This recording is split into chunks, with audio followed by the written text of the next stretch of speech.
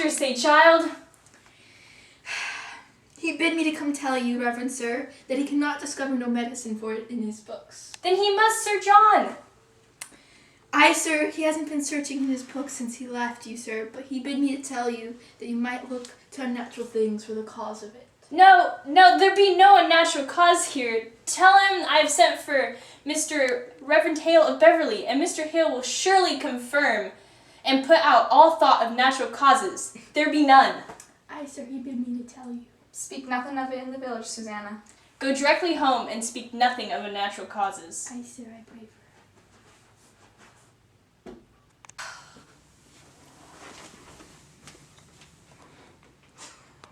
What do we do? The village is out. I've come from the farm and the whole country's talking witchcraft. They'll be calling us witches, Abby. She means to tell you, I know it. Abby, we've got to tell. Witchery's a hanging crime. A hanging, like they down in Boston 2 years ago. We must tell the truth, Abby. You'll only be whipped for dancing and the other things. Oh, we'll be whipped. I never danced. None of it, Abby. I only looked. Oh, you're a great one for looking, aren't you? Mary Warren, what a grand peeping courage you have. Betty, now stop this. Betty, sit up now. Mama! Oh, what ails you, Betty? Your mom is dead and buried. Let me fly! I told him everything. He knows now. He knows everything we... You drank blood, Abby! You didn't tell me that! Betty, you never say that again. You will never. You did! You drank a charm to kill John Proctor's wife. You drank a charm to kill Goody Proctor. Now shut it. Shut it. Mama!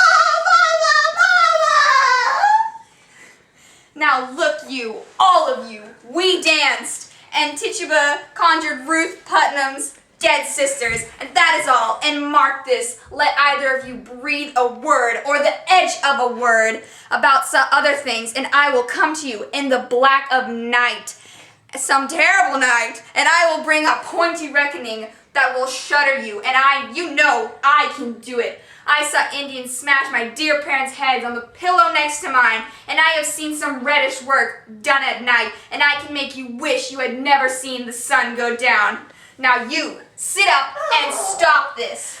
What's got her? Abby, she's gonna die. It's a sin to conjure and I say shut it, Mary Warren. You are allowed £6 of your year to pay for your wood, Mr. Parrish. I regard that £6 as part of my salary, man, and I need that wood. I am paid little enough with that I spend £6 on firewood. 6 plus 6 for firewood. The salary is £66, Mr. Proctor. I am not some preaching farmer with a book under my arm. I am a graduate of Harvard College. I am well instructed in arithmetic. Mr. Corey, you will look for a man of my kind £60 a year. I am not used to this poverty. I left a thrifty business in the Barbados to serve the Lord. I repeat, I do not fathom it. Why am I prosecuted here? I cannot offer one proposition, but there be a howling riot of argument. I have often wondered if the devil be in it somewhere. I cannot understand you people otherwise. Mr. Paris, you are not the first minister ever did demand the deed to this house. Man, don't a minister deserve a house to live in? To live in, yes, but to ask ownership is like you shall own the meeting home yourself. The last meeting I were at, you spoke so long on deeds and mortgages, I thought you were in an auction. I want to mark a confidence. It is all. I am your third preacher in 7 years. I do not wish to be put out like the cat whenever some majority feels the whim. You people seem not to comprehend that a minister is the Lord's man in the parish. A minister is not to be so lightly crossed and contradicted. There is either obedience or the church will burn like hell is burning. Can you speak 1 minute without we land in hell again? I am sick of hell. It is not for you to say what is good for you to hear. I may speak my heart, I think. What? Are we Quakers? We are not Quakers here yet, Mr. Proctor, and you may tell that to your followers. My followers. There is a party in this church. I am not blind. There is a faction and a party. Against you? Against him and all authority. Why then I must find it and join it.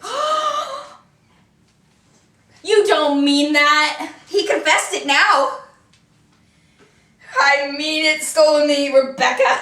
I'd like not the smell of this authority.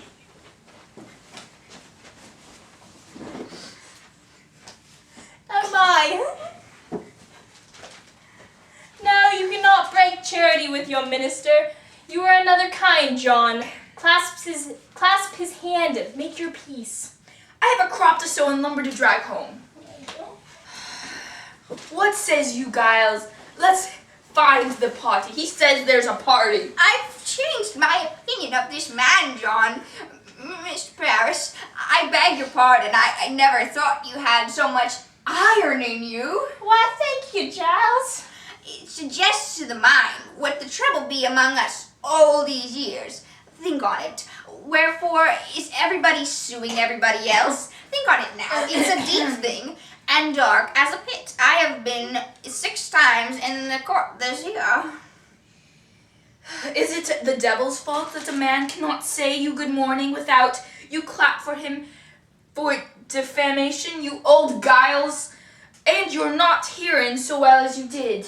John Proctor, I've only last month collected £4 damages for you publicly saying I burned the roof off your house, and I... Oh, I never said such a thing, but I've paid you for it, so I hope you can call you deaf without charge. Now come along, Giles, and help me drag my lumber home. A moment, Mr. Proctor. What lumber is that you're dragging, if I may ask you? My lumber from the forest by the riverside. Why, we are surely gone wild this year. What anarchy is this? That tract is in my bounds. It's in my bounds, Mr. Proctor. In your bounds? I bought that tract from Goody's nurse husband 5 months ago. He had no right to sell it. It stands clear in my grandfather's will that all the land between the river and... Your grandfather had a habit of willing land that never belonged to him, if I may say it plain. That's God's truth. He nearly willed away my north pasture, but he knew I'd break his fingers before he'd set his name to it to be specific. Let's get your lumber home, John. I feel a sudden will to work coming on. You load 1 oak of mine, and you'll fight to drag it home. And we'll win to Putnam, this fool and I.